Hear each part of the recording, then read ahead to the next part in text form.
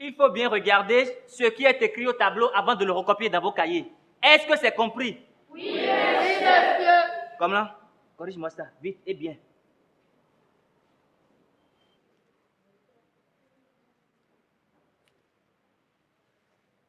Tout le monde a fini de recopier la leçon? Oui, monsieur.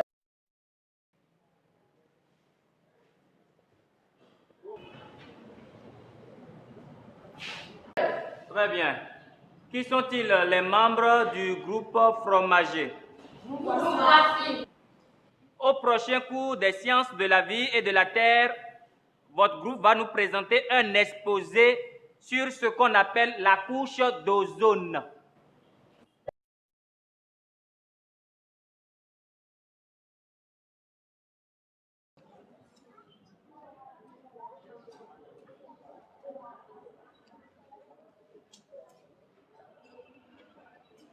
Qu'est-ce que la couche d'ozone? Quelle est l'importance de la couche d'ozone dans la vie des hommes? Que devons-nous faire pour protéger la couche d'ozone? Quels sont les produits qui détruisent la couche d'ozone? Et si la couche d'ozone était détruite, quelles en seraient les conséquences sur la Terre? C'est sur ces quelques pistes que vous allez orienter vos recherches pour nous faire votre exposé au prochain cours des sciences de la vie et de la Terre. Est-ce que c'est compris? Oui, monsieur. Oui, monsieur. Très bien. Bon appétit à vous.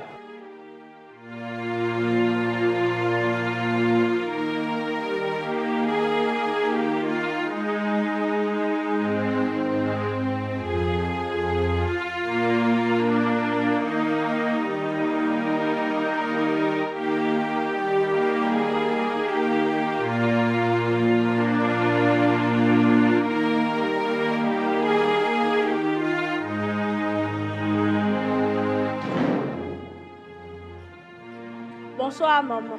Bonne arrivée, ma fille. Dis-moi, maman, qu'est-ce que la couche d'ozone? La couche d'ozone? N'est-ce pas une pâte dentifrice? Non, je ne crois pas. Couche d'ozone. Je t'avoue sincèrement que je ne sais pas ce que c'est, ma fille. D'accord, maman.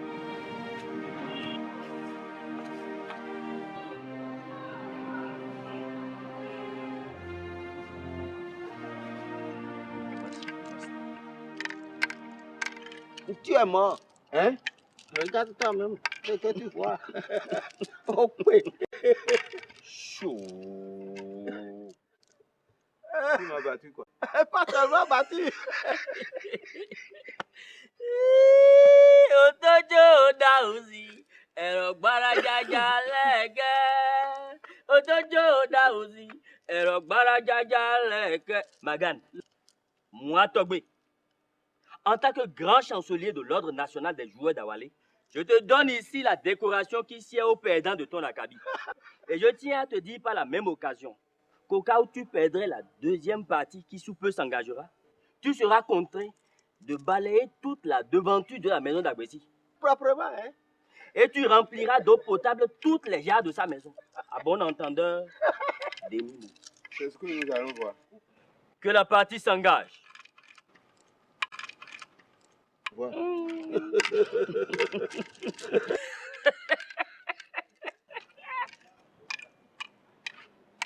Bonjour à l'assemblée de mes pères. Bonjour à toi, fils Magan. Freddy, qu'y a-t-il? Papa, qu'est-ce que c'est que la couche d'ozone? La couche de quoi? La couche d'ozone. La couche d'ozone. La couche de quelle zone? Hé, écoutez, si quelqu'un sait ici ce que c'est que la couche d'ozone, dites ça à l'enfant. Ne permettons pas à l'enfant d'assister à la honte de son père. Hé, écoute, quelle honte. Je vais te battre. La couche d'ozone. Freddy, va à la maison. Si en temps j'apprends quelque chose sur ta couche d'ozone ou quoi, je t'informerai. Hein? Va à la maison. Va directement à la maison, hein?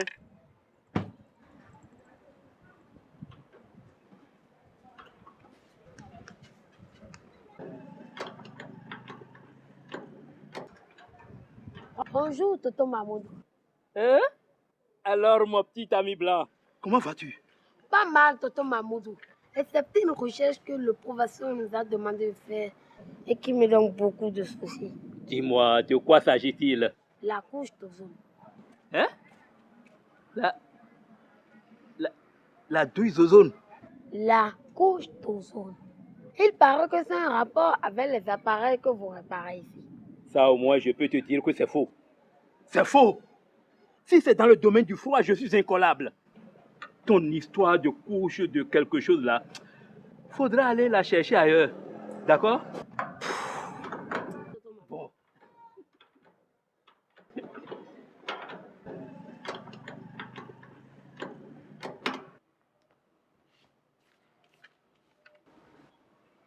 Le voici. Lis le noir à haute voix. Ozone, variété altropique de l'oxygène de formule O3, gaz légèrement bleuté qui se forme dans l'air ou dans l'oxygène soumis à des décharges électriques ou traversé par des rayons ultraviolets. Couche d'ozone, couche atmosphérique située entre 20 et 30 km d'altitude où la concentration d'ozone est maximale. Mais on n'est pas plus avancé. Ça ne suffit pas pour faire un exposé. On dirait que c'est pour nous coller que le professeur a donné ce sujet. Personne, mais vraiment personne n'en sait quelque chose. Mais il ne nous reste plus que 2 jours pour présenter notre exposé sur la couche d'ozone à nos camarades. Cette fois, nous n'échapperons pas au moqueries de nos camarades.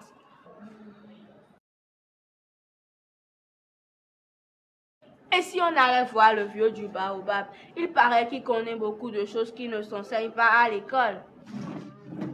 Ici, il s'agit de quelque chose qui concerne l'école. Il est probable que le vieux baobab n'en sache rien. Ah oui.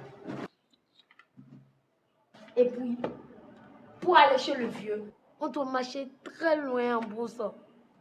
Peut-être que la nuit va tomber avant notre arrivée. Et toi, dis quelque chose. On y va ou pas? Encore, il fait chaud, très chaud. Comment allons-nous aller chez le vieux sans fondre le soleil? N'oubliez pas que moi j'ai une peau très sensible. Si tu ne veux pas partir, reste là. À notre arrivée, on te racontera ce qu'il nous aura dit. On y va donc.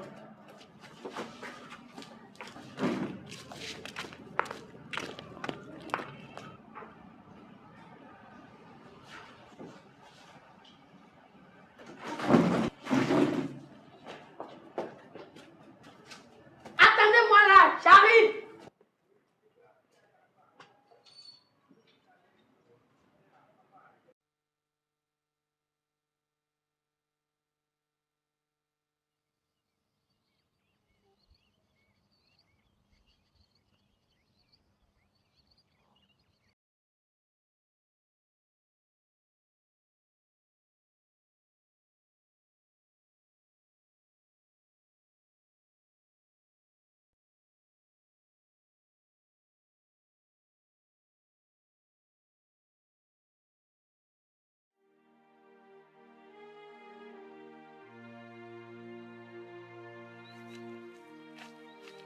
Comment s'appelle-t-il? On m'appelle Baba.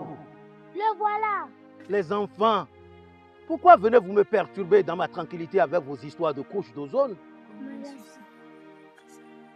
Pourquoi venez-vous me perturber dans ma tranquillité? Baba Olu, il y a des choses que vous connaissez qui ne sont pas dans les livres. Mais pour ce dont vous voulez que je vous parle, il y a un accessoire indispensable.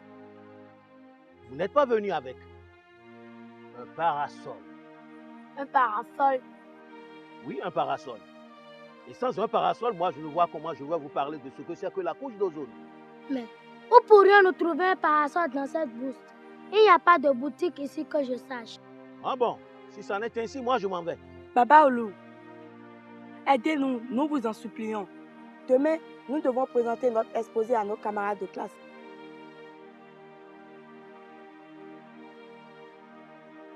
Bon, si je dois vous être utile à quelque chose, il faut que Komlan accepte de sacrifier son beau chapeau.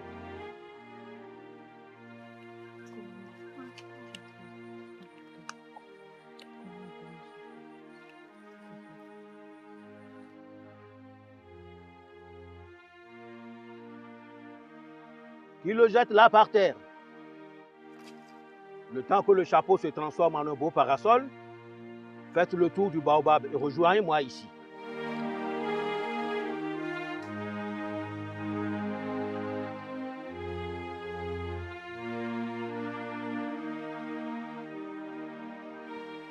En ce temps-là, la terre était une immensité infinie. Et l'horizon dont on nous parle comme l'endroit où le ciel et la terre semblent se toucher était partout une réalité. Car le ciel était là, juste là, au-dessus de nos têtes, à portée de nos mains. En ce temps-là, les forêts étaient verdoyantes. Et les feuilles de leurs plus petits arbres étaient larges, 3 fois plus larges que l'oreille d'un éléphant.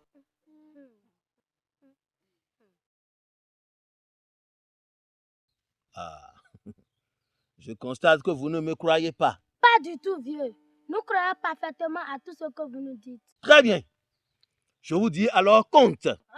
Compte. Raconte. En ce temps-là, les forêts étaient exubérantes et étaient le domaine élu des plus beaux et gros animaux de la terre. C'était dans cette forêt-là qu'on trouvait la panthère et la biche suivies de leurs enfants aller boire ensemble à la même source. Les cours d'eau zébraient la surface de la terre et avaient des eaux abondantes, douces et fraîches, et servaient de refuge aux plus délicieux poissons. Chers enfants, je peux vous dire sans risque de me tromper qu'en ce temps-là, il y avait à manger sur terre, il y avait à boire sur la terre, il y avait tout ce qui manque aux hommes d'aujourd'hui. Et les hommes de ce temps-là, ils vivaient des années et des années encore. En ce temps-là, les hommes vivaient en paix et la paix vivait avec eux. Et comme vous devez le savoir, chers enfants, il existe 2 choses que l'on ne peut jamais regarder de face. Le soleil et la mort. Mais les hommes de ce temps-là, comme ils vivaient des années encore, ils voyaient venir à eux la mort sans aucune crainte. Quant au soleil, ils le regardaient comme ça, les yeux dans les yeux, face à face. Aïe bababo, ogoyaman, senam sengense, ori bababo.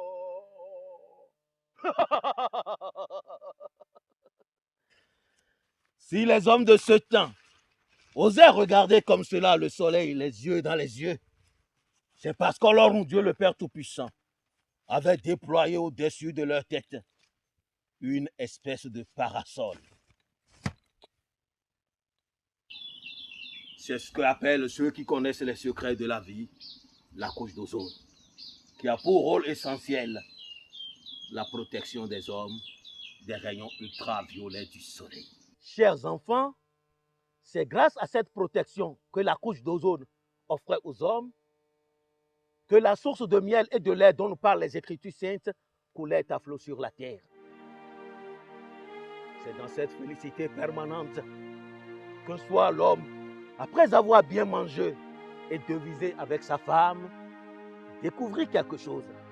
Qui peut me dire ce que l'homme découvrit? La lune? Pas la lune. Alfred, toi, tu peux me dire ce que l'homme découvrit? Non. Qui peut me dire ce que l'homme découvrit? Dieu. Le feu. Le feu. Merci à toi, Sika. Le feu. L'homme découvrit le feu. Et avec le feu, l'homme fit de merveilleuses choses. L'homme fabriqua des marmites. Oui, des marmites. Des roues et des machettes. Des roues et des machettes. Oui, avec le feu, l'homme s'installa dans une forge. Et dans la forge, l'homme fabriqua beaucoup d'outils de travail. Mais dans la forge, l'homme eut chaud, l'homme eut soif. Et l'homme pensa qu'il fallait bien qu'il invente quelque chose pour chasser la chaleur de sa forge et la soif de sa gorge. C'est ainsi que l'homme inventa les appareils que nous appelons aujourd'hui congélateurs, réfrigérateurs, climatiseurs, ainsi que des gaz communément appelés fréons, qui lui permettent de se rafraîchir la vie, le halon pour éteindre le feu, le broméo de méthyle pour lutter contre les ennemis des plantes et aider à la conservation des produits agricoles. Avec ces différents appareils issus de l'invention de l'homme, l'homme chassa vraiment la chaleur de sa forge et la soif de sa gorge. L'homme augmenta son rendement agricole. Il maîtrisa le feu et se sentit maître de l'univers. Mais, chers enfants, ces différentes inventions, et surtout le gaz à fréon qui permet à l'homme de se rafraîchir la vie, se révélaient aussi à la longue comme de véritables destructeurs de la couche d'ozone. Puisqu'au cours de leur manipulation par l'homme, ces produits s'échappent dans la nature. Ah, elle dit que tonton Mamoudou voulait me faire croire que les appareils qui réparent n'avaient aucun rapport avec la couche d'ozone. Compte! Raconte! Chers enfants, c'est dans ce contexte-là qu'un soir, après avoir longuement travaillé, l'homme s'est endormi. Il s'est endormi près du feu. Mais tout doucement, quelqu'un arriva. Qui peut me dire ici, celui qui arriva? Un voleur. Un voleur? Non, pas un voleur. Mais le vent. Non, disons plutôt le souffle du vent. Le souffle du vent s'approcha. Tout doucement, à pas feutré, prit le feu dans ses mains et voulut s'amuser avec le feu. Mais le feu s'échappa et pénétra dans la forêt qui s'embrasa flamme. Les arbres se mirent à brûler. Les cours d'eau étaient devenus d'immenses lits de feu. Les arbres tombaient. Les animaux couraient, râlaient, tombaient et mouraient. Les hommes couraient. C'était la désolation sur la terre. Puis le feu tourbillonna, se transforma en une boule et pénétra les entrailles de la terre. Les minerais prirent feu. Et puis le feu ressortit sous la forme d'une boule incandescente qui se mit à monter vers le ciel. Et plus la boule montait vers le ciel reculait. Le ciel reculait. Et la boule montait. Et le ciel reculait. Et il reculait. Et le ciel reculait avec sa couche d'ozone. Le ciel recula jusqu'à se retrouver là-bas, très haut là-bas, là où nous le voyons aujourd'hui.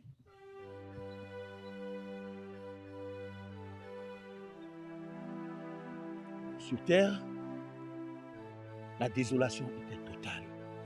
La chaleur accablante, diverses maladies telles que la cataracte, les cancers de peau et les malformations dues aux mutations génétiques firent leur apparition. Dans les champs, la récolte chuta. Les maisons étaient devenues de véritables fours à cuire la chair humaine. De ces rayons, le soleil traquait les hommes juste dans leur dernier retranchement. Les hommes se mirent alors à pleurer. Puis se mirent à courir. Les hommes courent, ils courent. Ils courent toujours. Ils vont se réfugier là-bas, en un endroit où la terre fait le gros dos. Qui peut me dire là où la terre fait le gros dos? Une colline. Plutôt un mont. Les hommes partis à Montréal, au Québec, en terre canadienne. Là-bas, il faisait froid. Ils eurent moins chaud. Donc, ils purent analyser en toute objectivité les causes du malheur qui les frappait. Mais les hommes partis aussi à Vienne. Et là-bas, à Montréal comme à Vienne, ils prirent des décisions, ils prirent des résolutions pour réparer un tant soit peu les dommages causés à la couche d'ozone. Ont-ils réussi à réparer les dommages causés à la couche d'ozone? Ah ouais. La réparation des dommages causés à la couche d'ozone ou la protection de la couche d'ozone, ce n'est pas que le souci de ceux qui sont allés à Montréal ou à Vienne, mais c'est la préoccupation de nous tous. C'est la préoccupation de nous tous qui vivons sur Terre. Car vois-tu ma fille, voyez-vous mes enfants, quand il n'y aura plus de couche d'ozone, plus aucune vie ne sera possible sur Terre. Les végétaux mourront, les bêtes mourront, les hommes mourront. Nous les noirs d'ici avons beau avoir la mélaline, notre mélaline ne servira à rien. Toute vie succombera, aussi bien les blancs, les rouges, les jaunes, que nous les noirs. Tout le monde disparaîtra. Et ils seront livrés à toutes sortes de maladies et à une mort que je dirais inéluctable. C'est pour cela, chers enfants, que nous devons tous nous mobiliser pour la protection de l'environnement et en particulier de la couche d'ozone. Nous devons nous devons dire à tous ceux qui continuent d'utiliser les CFC, et en particulier le Fréon, qu'à chaque seconde, ils détruisent pour beaucoup leur chère couche d'ozone. Nous devons le dire à tous ceux qui nous sont chers. Vous devez le dire à vos parents, à vos frères et sœurs, à vos camarades de classe, à tous ceux qui croiseront vos chemins, que la survie de l'humanité dépend pour beaucoup de la protection de la couche d'ozone. Chers enfants, je suis fatigué. Mais je crois quand même vous avoir dit l'essentiel sur ce que c'est que la couche d'ozone. Il faudra que vous rentriez chez vous. Il se fait tard et déjà vos parents doivent être inquiets. Les enfants, partez. Allez-y. Oh. Merci papa, merci beaucoup.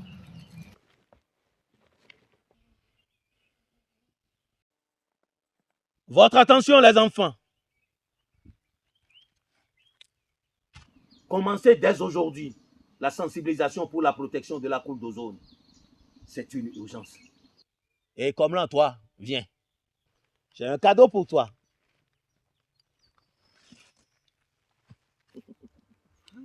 Merci papa, merci beaucoup. Au revoir les enfants.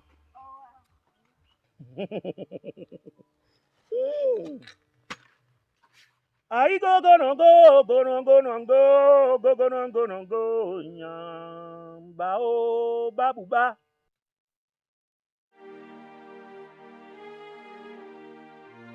Ainsi, la protection de la couche d'ozone est quelque chose de vital pour toute l'humanité et pour tout être vivant sur Terre. Sensibiliser à la protection de la couche d'ozone, c'est redonner vie à notre Terre. C'est travailler à ce que notre univers retrouve sa jeunesse et par conséquent donner une longue vie à tout ce qui nous est cher.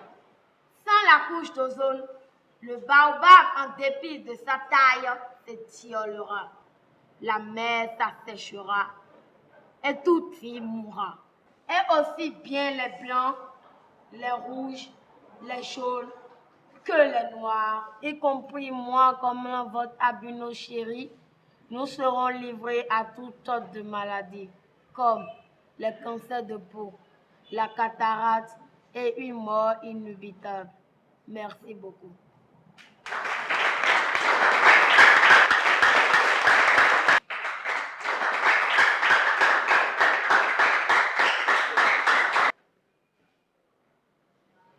Ils nous ont présenté un bel exposé. Et moi, je suis très fier de constater que mes élèves en savent plus que moi-même sur la couche d'ozone.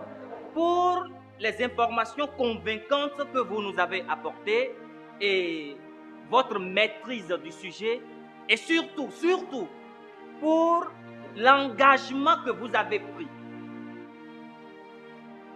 d'œuvrer désormais partout où vous serez à une meilleure protection de la couche d'ozone.